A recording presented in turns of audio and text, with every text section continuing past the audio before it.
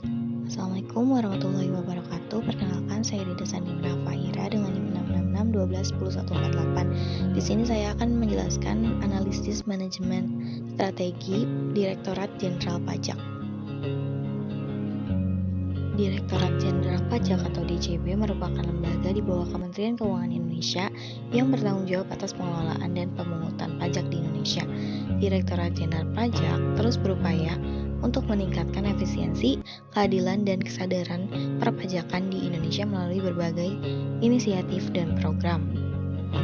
Yang pertama, visinya menjadi mitra terpercaya pembangunan bangsa untuk menghimpun penerimaan negara melalui penyelenggaraan administrasi perpajakan yang efisien, efektif, berintegritas, dan berkeadilan dalam rangka mendukung visi Kementerian Keuangan menjadi pengelola keuangan negara untuk mewujudkan perekonomian Indonesia yang produktif, kompetitif, inklusif, dan berkeadilan.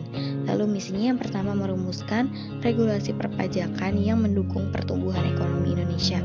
Yang kedua, meningkatkan kepatuhan pajak melalui pelayanan berkualitas dan terstandar di transaksi, edukasi, dan pengawasan yang efektif, serta penegakan hukum yang adil. Dan yang ketiga, mengembangkan proses bisnis inti berbasis digital didukung budaya kolaboratif, serta aparatur pajak yang berintegritas, profesional, dan bermotivasi. Lalu tujuannya yang pertama, pengelolaan fiskal yang sehat dan berkelanjutan. Yang kedua, penerimaan negara yang optimal. Dan yang ketiga, birokrasi dan layanan publik yang agile, efektif, dan efisien. Sasaran SMART. Sasaran meningkatkan efisiensi dan transparansi administrasi pajak melalui teknologi informasi. Spesifikasi mengimplementasikan sistem informasi yang mempercepat proses perpajakan.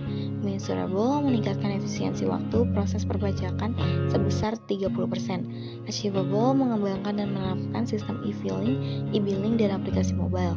Relevan pemanfaatan teknologi informasi dapat meningkatkan produktivitas. Time bound mengimplementasikan sistem teknologi informasi dalam periode 2 tahun. IFAS International Factor Analysis Summary Direktorat Jenderal Pajak bisa dilihat dari tabel yang sudah saya paparkan. Pada bagian bawah masing-masing tabel terdapat total dari nilai terbobot kali skor untuk setiap kategori, yaitu kekuatan internal dan kelemahan internal.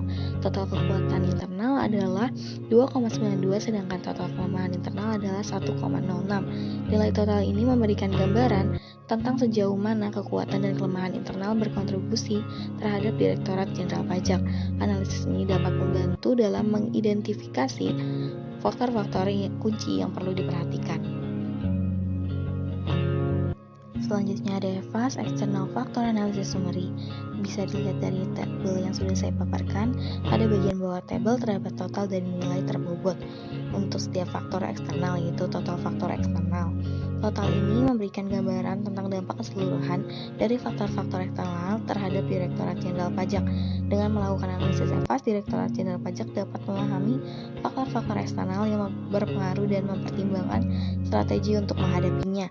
Misalnya perluasan kerjasama dengan lembaga pajak lain untuk mengatasi persaingan, perbaruan sistem teknologi informasi untuk mengikuti perkembangan, atau mengadopsi pendekatan yang lebih efektif dalam mempengaruhi tingkat kepatuhan wajib pajak. Selanjutnya, analisis lingkungan hidup. Analisis lingkungan hidup DJP menggunakan kerangka PESTEL. Yang pertama, politikal atau politik, kebijakan perpajakan, stabilitas politik. Yang kedua, ekonomik atau ekonomi, pertumbuhan ekonomi, siklus bisnis. Yang ketiga, ada sosial, kepatuhan pajak, perubahan demografi. Dan yang keempat, ada teknologi atau technological, inovasi teknologi, e-filing, dan e-billing. Lalu juga yang kelima, lingkungan, yaitu perubahan lingkungan, perubahan iklim. Yang keenam ada legal atau hukum, regulasi perpajakan, penegakan hukum. Analisis internal SWOT. Yang pertama ada kelebihan, itu tenaga kerja yang kompeten, infrastruktur teknologi yang kuat, jaringan kerjasama yang luas. Lalu yang kedua ada tingkat kekurangan yaitu weakness, tingkat kepatuhan wajib pajak yang rendah, dan proses administrasi yang kompleks. Lalu juga keterbatasan anggaran.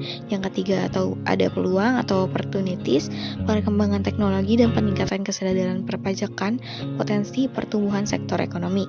Yang keempat ada ancaman atau threats, penghindaran pajak dan perubahan kebijakan perpajakan persaingan dengan lembaga perpajakan lain.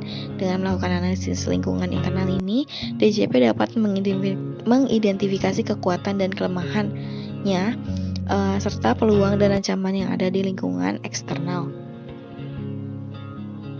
Selanjutnya ada kuadran strategi. Di sumbu Y ada peluang dan ancaman, di sumbu X ada kelemahan dan kekuatan yang mana sudah kita hitung di IFAS dan EFAS, yaitu IFASnya 2,92 dan EFASnya 2,38.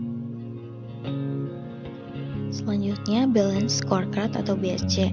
BSC dari DJP yaitu yang pertama ada perspektif keuangan, yaitu yang pertama pendapatan pajak, efisiensi pengguna anggaran.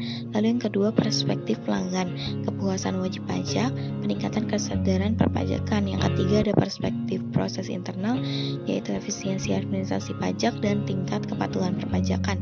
Lalu yang keempat ada perspektif pembelajaran dan pertumbuhan, yaitu kompetensi sumber daya manusia dan inovasi teknologi.